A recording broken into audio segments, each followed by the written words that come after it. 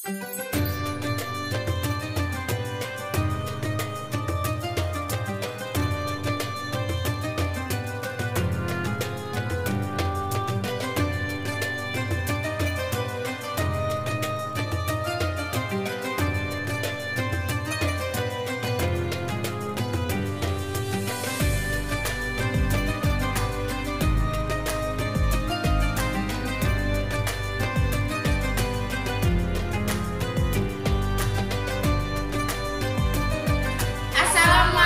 warahmatullahi wabarakatuh.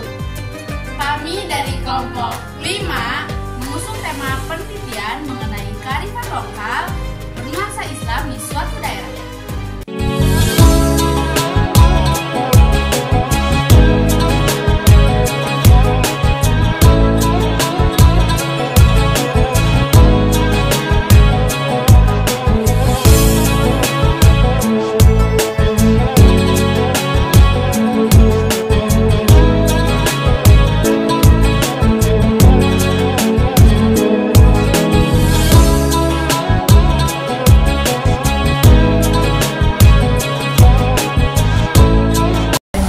Assalamualaikum warahmatullahi wabarakatuh. Waalaikumsalam warahmatullahi wabarakatuh. Sebelumnya mohon maaf mengganggu waktunya Pak. Terima kasih banyak udah berkenan untuk diwawancarai oleh kami. Sebelumnya kami dari mahasiswa Universitas Pendidikan Indonesia Kampus Daerah Sumedang ingin melakukan observasi mengenai kearifan lokal bernuansa Islam di suatu daerah. Kebetulan kami mengambil daerah Hojengkang ini untuk diobservasi. Sebelum memasuki sesi wawancara, izinkan memperkenalkan diri dulu. Perkenalkan, nama saya Prima Lutfi Lestari. Perkenalkan, nama saya Serina Rizkyani. Perkenalkan, nama saya Novia Sari Dewi. Asli di Gita Gisela.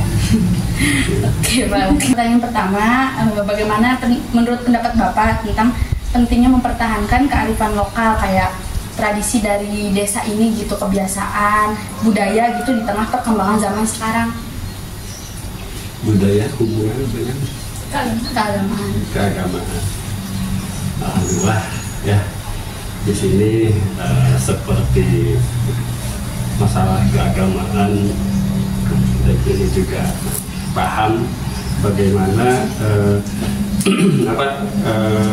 keadaan lingkungan di sekitar Masjid Al-Ikhlas perihal kearifan masalah beragama. Artinya di sini sangat kondusif ya, sangat kondusif sekali.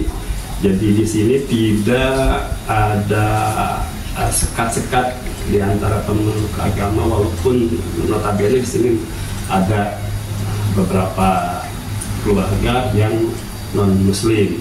Tapi alhamdulillah kalau di sini itu antara non Muslim dengan yang Muslim itu bersatu, apalagi dalam kegiatan-kegiatan keagamaan, misalkan di antaranya seperti kalau sedang membangun masjid, gitu ya, orang yang non Muslim itu ikut ya. Tapi kalau kita kan menurut agama nggak boleh, ya nggak boleh kan.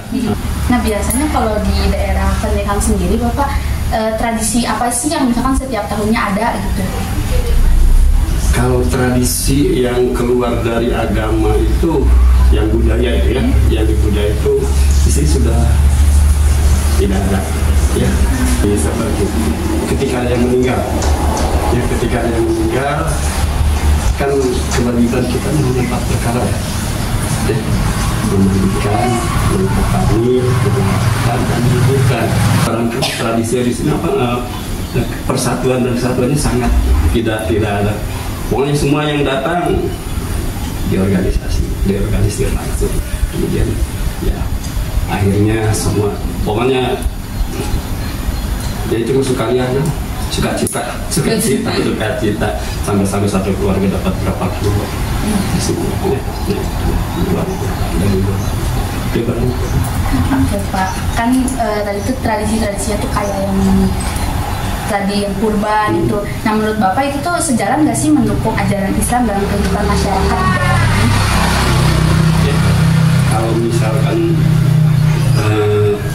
pada keadaan sehari-hari orang itu ya, kalau misalkan kita ini ya, yang misalkan yang notabene dia itu pegawai pegawai lepas kita orang negeri apa swasta, pasti kan mungkin setiap keseharian itu dia mampu untuk membeli daging, ya pasti barangkali atau sebulan sekali atau seminggu sekali atau 2 minggu sekali. Tapi kalau yang hanya sebagai buruh itu masih ada di sini, masih ada. Tapi kan begitu ketika Idul Kurban dia ikut jadi panitia, anaknya juga ikut jadi panitia. Di sini tuh panitia itu 1 kilo, satu bagian itu semuanya 1 kilogram. Kebermanfaatan kurban dalam kehidupan di masyarakat sekitar. Pertanyaan selanjutnya, Bapak, bagaimana cara Bapak melihat pengaruh kearifan lokal tersebut terhadap pemahaman dan praktik keagamaan yang dilakukan oleh jemaah masjid di daerah sini? Sangat baik. Artinya begini, salah satu kegiatan tadi semacam kurban ataupun sejenisnya pembangunan, contoh di jalan ini bukan jalan desa, bukan yang dibiayai oleh desa, dari atas sampai ujung tol, ya, sampai tol, kemudian sampai batas RT sana, itu murni di istilahnya itu oleh warga sekitar, ya. Siapa itu? Ya, segala sesuatu kalau di atas namakan DKM, ya, semua kompak, ya. Bagaimana Bapak melihat peran pemuda atau masyarakat muda dalam menjaga dan meneruskan kearifan lokal yang bernuansa Islami di lingkungan ini? Sebetulnya kalau masalah anak muda itu kurang begitu muncul sementara ini. Sudah pernah ada dari masjid ini, harinya ikatan pelajar masjid udah, tapi hanya setahun 2 tahun berjalan, ya. Setelah itu ya kendalanya barangkali karena ketuanya udah menikah jauh ke sana, jadi akhirnya di sini tidak ada regenerasinya, tidak terregenerasi. Bapak, apakah ada kegiatan atau program tertentu yang DKM Masjid lakukan untuk melestarikan kearifan lokal yang memiliki keterkaitan dengan nilai-nilai agama Islam? Kalau ya itu tadi yang programkan setiap jangka panjangnya itu barangkali kajian Al-Quran dan hadis, ya, itu merupakan program berkelanjutan, ya, jadi artinya jangka panjangnya. Kemudian kalau program-program yang jangka pendeknya itu temporer, di mana misalkan sekarang ini masih ada pembangunan masjid, ya, pembangunan masjid belum selesai. Apakah tantangan atau hambatan yang dihadapi DKM Masjid dalam mengambungkan atau memadukan kearifan lokal daerah dengan nilai-nilai Islam di daerah ini? Sebetulnya relatif tidak ada, ya. Baik Pak, menurut pandangan Bapak mengenai peran kerjasama antara DKM Masjid dengan lembaga atau institusi lain untuk menjaga kelestarian kearifan lokal yang ada di daerah ini seperti apa? Sebetulnya DKM ini kan di naungan Lepagi, ya, kalau kesananya pada dasarnya DKM sebetulnya terpisah, ya, menurut hemat terpisah. Kenapa? Itu adalah satu organisasi masyarakatnya, masyarakat yang tidak ada kaitannya, bukan tidak ada kaitannya, tidak ada kaitan secara langsung gitu, ya. Jadi ada instruksi ke masjid gitu tidak ada kan, tidak ada. Itu kan jadi bisa dikatakan berdiri sendiri. Misalnya kalau misalkan tadi yang ditanyakan dengan masalah kearifan lokal,